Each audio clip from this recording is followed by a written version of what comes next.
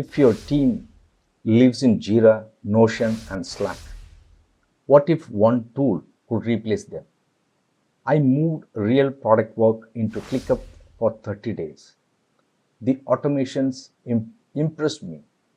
Here is the truth in 10 minutes. Should you switch to ClickUp in 2026? Hey, I'm Tam, product manager. In this review, you will get a 2-minute verdict, a guided walkthrough of the key features, performance checks, who ClickUp is for and not for. Quick verdict. ClickUp shines if you want tasks, docs, whiteboards, dashboards, and automations under one roof. It's especially strong for product teams, agencies, and startups that hate tool sprawl. The trade-offs: a learning curve, initial startup complexity, and depending on workspace size, performance can vary.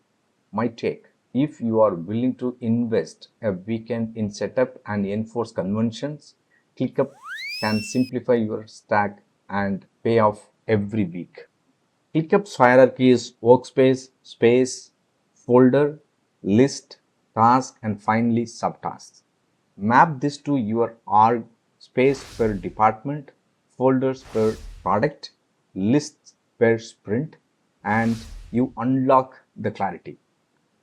The UI centers around views, which means list view, board view, calendar view, Gantt view, and table view. Filter, sort, and save views and share. This is what lets teams see the same data differently. Tasks are highly customizable: custom fields, statuses, assignees, dependencies, and checklists. Create templates for repeatable work like sprint tickets, release notes, or Q&A runs. This is powerful if you enforce conventions, consistent statuses, naming, and custom fields.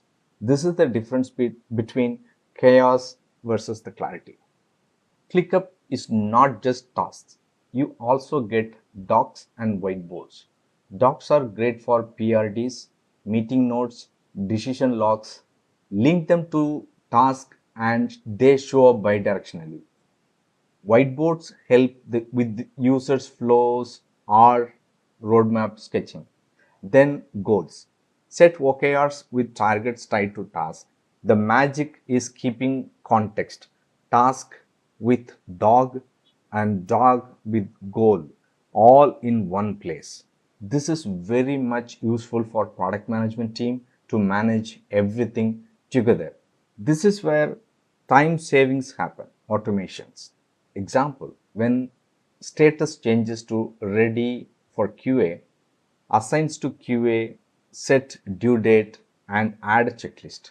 Bundle these into templates, project templates, sprint templates, onboarding templates, and your workspace becomes repeatable.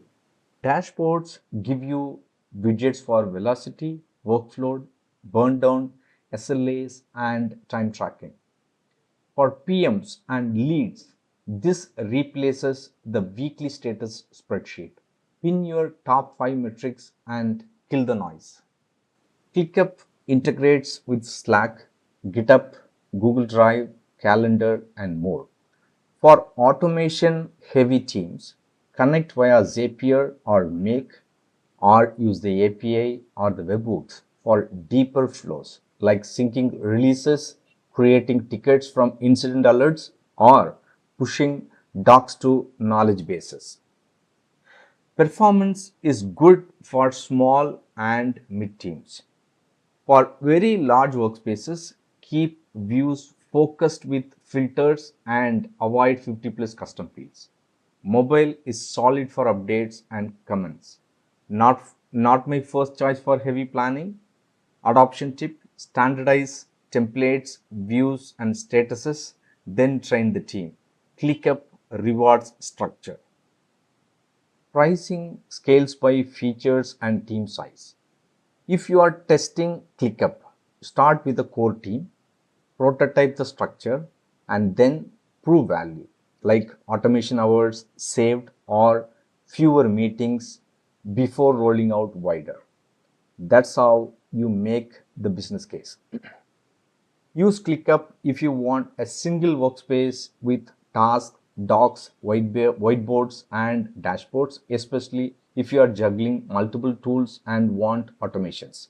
Maybe not if you are locked into Jira workflows with deep DevOps customization, or if your team refuses to standardize processes. In that case, keep tasks in Jira and use ClickUp for docs and planning. It's kind of hybrid, can work that as well. ClickUp can replace a stack if you invest in setup and standardization. For product and integration teams, the automations plus dashboards plus doc combo is hard to beat. Like the video if this helps, and subscribe to my channel to get more such unbiased product reviews. Drop your ClickUp question. I'll reply to every early comment.